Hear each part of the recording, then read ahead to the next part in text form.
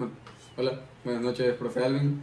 En esta entrevista, pues, tengo el honor y el invitado que es mi papá, que se llama igual que yo, Roberto Bonilla. Él nos va a contar un poco sobre lo que vivió durante el periodo de Duarte, qué fue lo más importante durante ese periodo y cómo fue él, cómo vivió la guerra civil del país. Así que, un gusto y gracias por Gracias. tomarte el tiempo de esa entrevista. No, con mucho gusto. Como te decía anteriormente, estamos aquí para recordar un poco de todos aquellos tiempos en los cuales se vivieron. Cabe mencionar que yo en ese momento apenas tenía 13 años, pero justo en el periodo de que el ingeniero José Napoleón Duarte fue presidente, Sí, que de hecho hay que mencionar que fue el primer presidente civil. presidente civil, después de lo que veníamos viendo del tema de Del los presidente. militares Sí. estuvieron manejando, y posteriormente dio nuevamente su paso a otro civil, que en este caso fue Cristian. Alfredo Cristiani, pero el ingeniero pues definitivamente rompió los paradigmas. A la vez que rompió los paradigmas también sentó las bases para una democracia en El Salvador. Sí. Mucha gente habla, incluso hace mención a algunas frases coloquiales, como por ejemplo con Duarte aunque no me harte, pero eran parte de las situaciones que se daban. Y pues como te mencionaba anteriormente, yo apenas estaba en mi adolescencia, casualmente yo en el 89 que él entrega el poder, pues yo estoy graduándome como bachiller, pero con gusto aquí estamos para poder conversar. Bueno, muchas gracias. De hecho, quería hacer un poco de énfasis en esa frase, en ese dicho que tenía en ese tiempo, con Duarte aunque no me harte.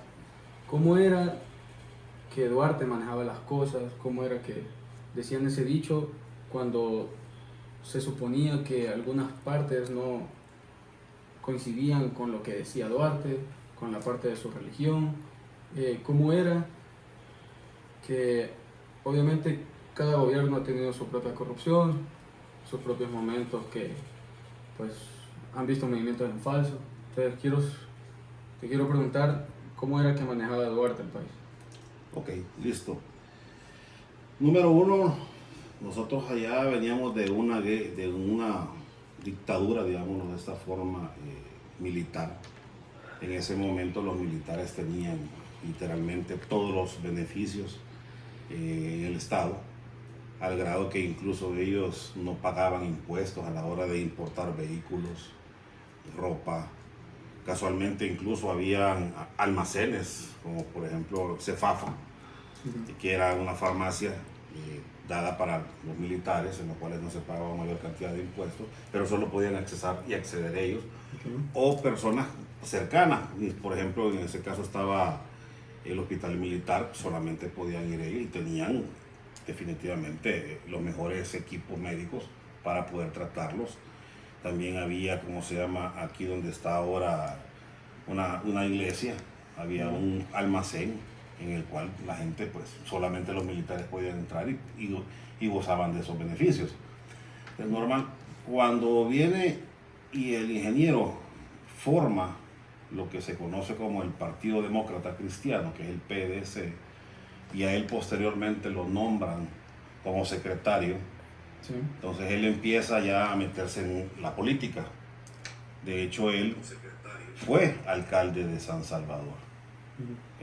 Fue elegido para 3 años, como todos sabemos, pues Sí. para alcaldes y para diputados solamente un periodo de 3 años, pero él fue reelegido en 2 ocasiones más por el trabajo que había logrado hacer dentro de lo que es la parte de San Salvador. Sí, de hecho, un poco parecido a lo que pues se viene pareciendo al presidente que tenemos ahorita, ¿no? Es lo mismo. De hecho es importante saber un poco de historia, porque así como Duarte, posteriormente después el segundo presidente del gobierno de Arena, que fue Calderón Sol, también fue alcalde de San Salvador.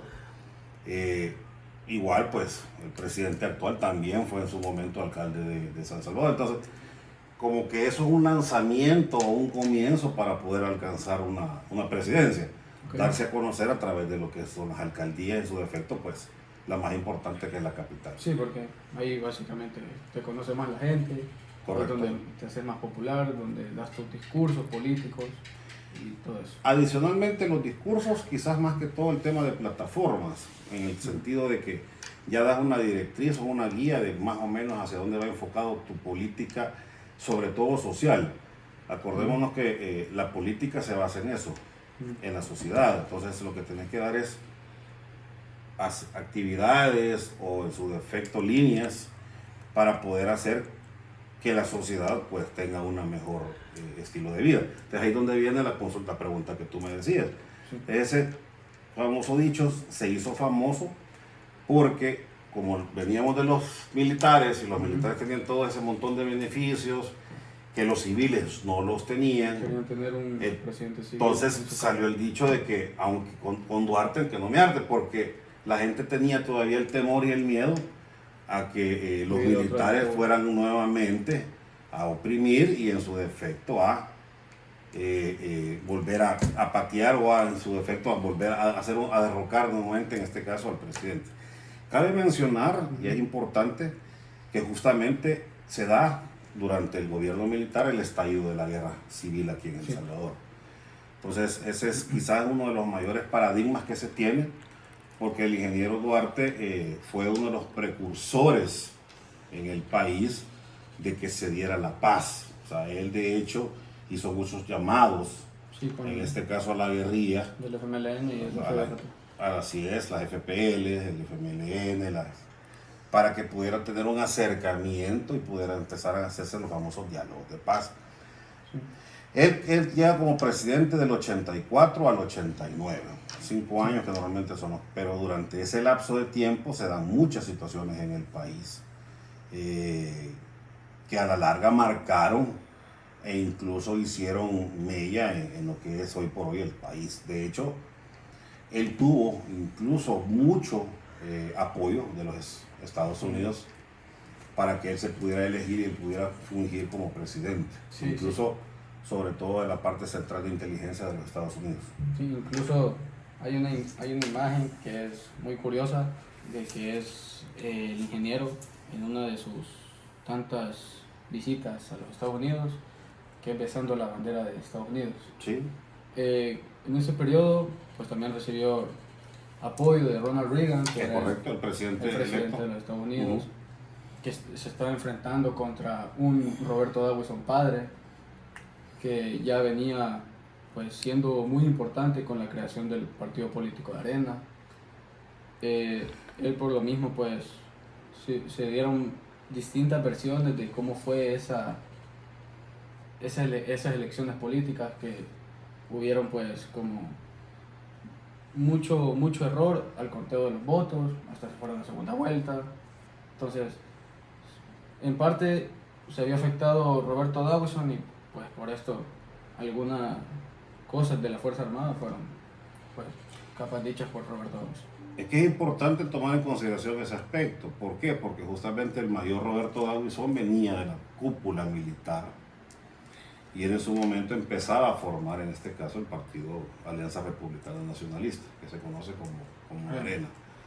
Pero el PDC ya anteriormente estaba formado y, como lo dice en sus siglas, pues Partido Demócrata Cristiano. Anteriormente a eso ya había otro partido también, que era el PCN, que durante mucho tiempo gobernó el país, que es el famoso Partido de las Manitas. Pero sí, justamente Duarte tuvo esos inconvenientes justamente con el mayor Roberto. Okay. Bueno, para la siguiente cuestión es cómo viviste tú la guerra civil durante el periodo que estuvo Duarte a cargo, cómo él manejó lo de la Fuerza Armada, lo de la guerrilla, cómo era que se involucraba dentro de las masacres que habían dentro, como la conocida masacre en Zona Rosa, que pues del apoyo, como venía mucho apoyo de Estados Unidos, venían muchos militares de Estados Unidos e incluso marines, que por lo visto pues terminaron afectados en eso. Sí, mira, el estallido de la guerra civil aquí en El Salvador fue algo que no estábamos preparados nadie. De hecho, para que tengas una idea, mi padre, tu abuelo, fue militar y él pide la baja cuando empieza la guerra civil, dado el hecho de que no quiso intervenir en ese tipo de, pues, una guerra es matar a tu enemigo, entonces, y sobre todo si sos militar, seguís órdenes sin discutir, sí, sino que simplemente las acatás. Así como él, mucha gente definitivamente huyó, incluso, ¿por qué? Lo que buscaba en su defecto la guerrilla como tal era que los valores o los principios de igualdad fueran tal como se mantuvieran. Nosotros hemos sido un país en el cual ha habido mucha gente, los famosos terratenientes, los cuales han tenido mucha plata, sí, la famosa oligarquía, y había mucha gente que definitivamente pues eran, digamos, sus peones, y toda esta gente pues era maltratada. Esa gente fue la que en su defecto tomó las armas y se fueron en contra de los militares, que eran los que defendían al Estado, y en su defecto pues a los terratenientes o a los oligarcas. Surge la guerra, se da quizás allá por el 79, a principios de los 80, pues ya el mayor conflicto. Hay una separación en el cual definitivamente la zona de Oriente era casi que manejada y comandada por la guerrilla, y toda la zona incluso se conoce algo como la quebrada seca, que es cuando uno va, antes de llegar al Usulután, antes de llegar a San Vicente, era como que una línea divisoria entre la guerrilla y el ejército. Entonces ahí se dieron muchos conflictos, muchas masacres. Duarte llega en el 84, en el 85 se da el fenómeno de la masacre de la zona rosa, en los cuales mueren 9 civiles y 4 marines. Entonces definitivamente viene Estados Unidos, no permite, al día de ahora mantiene esa filosofía, que se dé este tipo de situaciones. Entonces empieza aquel apoyo a poder, reforzar y darle más armas al ejército para poder sacar a esta guerrilla. Pero también hay que hacer mención que se maneja mucho a nivel de vulgo o de comentarios o chambres, como lo quieran llamar, los famosos escuadrones de la muerte. Eso es algo que se manejó incluso en el periodo de Duarte, pues estuvo eso a la orden del día. Gente que decía en su defecto: no comparto las políticas del gobierno, no comparto las políticas de los militares, y venía alguien, decía un comentario fulano de tal, te llevaban a sacar de tu casa y no volvías a aparecer. Entonces, muchos achacaron a los militares. Al día de ahora, pues, esos son los rumores, no se ha probado nada, ni tampoco yo voy a argumentar y decir que así fue, pues, pero sí lo vivimos, o sea, eso fue así. Adicionalmente a eso, también teníamos la famosa, ¿cómo se llama? Que tenías que ser de ley meterte a la militar, que era el reclutamiento forzoso. O sea, si vos tenías arriba de 18 años, tenías que formar parte de las filas del ejército. Entonces, incluso a mí me tocó en muchas ocasiones salir corriendo y huyéndole, porque tuve la dicha de no pertenecer al ejército, no era de mis principios como tal.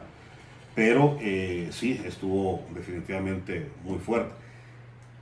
Esto fue allá como por junio del 85 que se dio la parte de la masacre de la zona rosa. Allá por septiembre del mismo año se da el secuestro de la hija del ingeniero Duarte, el cual también sobacó, o sea... Sí, fue un problema para Duarte, incluso pues pedían guerrilleros que tenían pues en la mano los mismos políticos, incluso tenían 22 políticos que pues apoyaban a este movimiento paramilitar. Correcto. Entonces, por esto fue que tomaron a la hija de Duarte, por lo mismo que no se llegó tampoco a un acuerdo con los famosos diálogos por la paz, que uno pues, fue primero en La Palma, en Chalatenango. Básicamente ahí fue porque también había mucho guerrillero. Entonces, hay algunas partes que los guerrilleros toman posesión de las cosas, incluso como vos decís, todo Oriente era pues de los guerrilleros.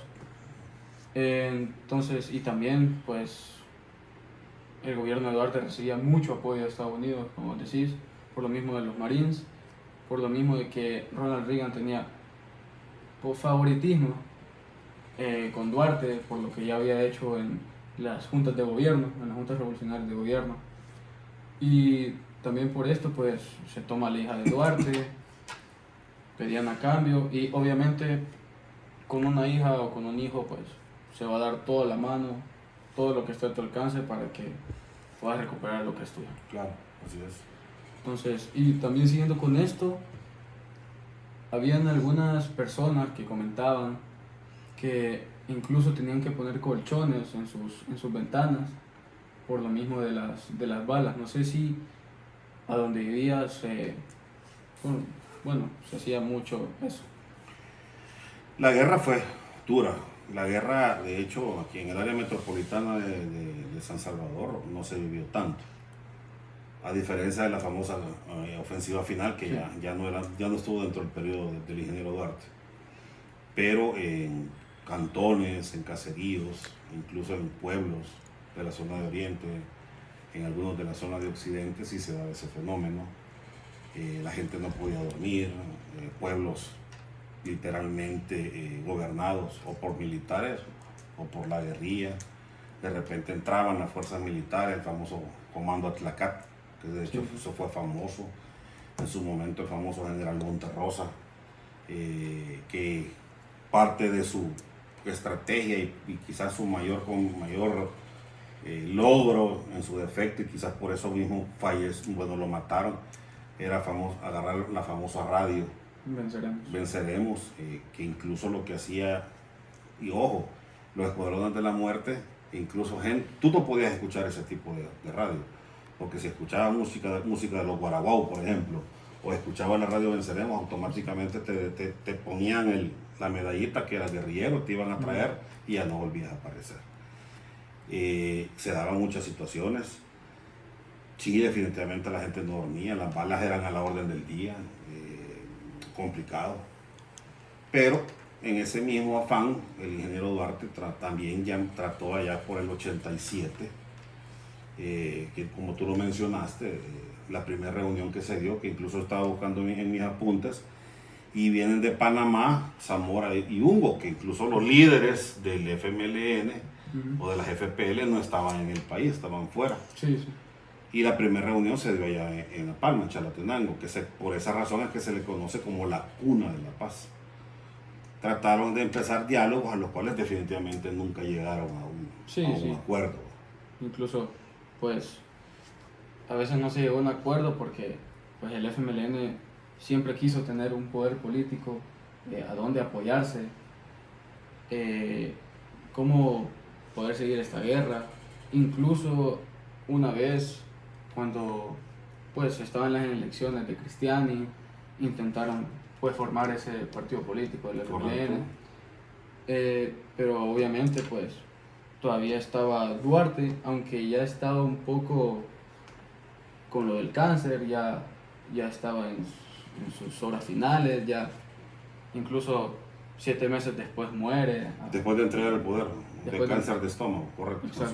Entonces después esto muere, después lo mismo que se disuelve el PDC, sí. Incluso... No se disuelve, lo que pasa es que toman el liderazgo, lo toman otras personas que no tenían la misma filosofía o política del ingeniero. Sí, incluso pues muy diferente el PDC al periodo de Duarte con el diferente PDC que es en la edad contemporánea, dicho por esto. Mira, los partidos políticos normalmente, y así pasó también con Arena y con el FMLN, sus caudillos o las personas que lo formaron, incluso te digo, gente que tenía un carácter y por esa razón la gente lo seguía, el ingeniero Duarte con el PDC, el mayor Roberto Davison con Arena, Chafik Handal con el FMLN, o sea, tenían un pensamiento, pero todos ellos llegaron a un momento y fallecieron, murieron. Sí. Pero la gente que estaba a su alrededor, que fueron los que tomaron, digamos, el poder o las riendas o el liderazgo, quizás a veces no compartían las mismas filosofías y se fueron por otros rumbos. Pero eso ya es un tema aparte completamente. Sí. Pero lo importante de esto es que quizás que el ingeniero sí definitivamente marcó un comienzo, y así lo tomo yo, de pasar de los militares a los civiles, de sentar una democracia en los cuales los civiles empezaron a gobernar, de sentar precedentes de que los militares en su defecto ya no tuvieron el poder de que tenían antes, sí. Al grado que ahora, pues, mi respeto para la Fuerza Armada del Salvador. De hecho, el Batallón Cucatlán, pues, es conocido en todo el mundo, pero es justamente lo que está haciendo ahora. Pero en aquel momento sí tenían incluso mayor, ¿cómo se llama?, protagonismo. Sí, incluso, pues, mencionando el Batallón Atracat, que igual fue dirigido más que todo por su líder, que se decía en ese momento que era el único que podía acabar con la guerra, con la guerrilla, que era el teniente coronel Domingo Monterrosa, pues, que finalmente le hicieron la operación Caballo de Troya, como se conoce mundialmente, que básicamente es de un helicóptero sube, le ponen un C4, le disparan e incluso un poco, me animo a decir, cobarde este acto, por lo mismo que le tienen una trampa, porque ya habían capturado algunos integrantes de su batallón, y por lo mismo le tendieron una trampa, que le dieron unas coordenadas un poco falsas, por lo mismo que, pues, toman posesión de estas tierras, y al final, pues, una posición muy fuerte con esta muerte que, pues, afectó a la Fuerza Armada. Correcto. Incluso, pues, hay momentos en los que la Fuerza Armada somete mucho a la guerrilla. A veces, pues, se dice que se lo tenía merecido la guerrilla, pero ahorita, pues, como no vamos a entrar mucho en detalle con eso, también queríamos hablar de a veces los apagones de luces que habían dentro del país. Sí, fíjate que para ir ya dándole un punto final a la conversación que tenemos, nosotros, aparte de lo que tú mencionabas, de los escuadrones, del reclutamiento forzoso, también sufríamos porque normalmente se daban esos famosos estallidos en las plantas hidroeléctricas y pasaba el país a veces horas sin energía eléctrica, y sufríamos mucho eso, ¿va? De repente los alimentos se dañaban, la gente no podía transportarse, en algunos lugares existían los famosos toques de queda, pero todo ese entorno se da en función a cuando existe una guerra civil. Sí. Al final, pues, gracias a Dios, la guerra tuvo su final, así como tuvo su comienzo, pero definitivamente en ese periodo, quizás el mayor, que incluso hasta la gente se burlaba de él, era del ingeniero, porque el ingeniero en muchas ocasiones salió al cerro, al monte, a gritar a los líderes de la guerrilla que bajaran y que dialogaran. Entonces, algo que sí le puedo garantizarte es que él fue el precursor de esos diálogos de paz. Bueno, pues, perfecto. Muchas gracias por esta entrevista. Un gusto. Gracias por el tiempo. Bueno.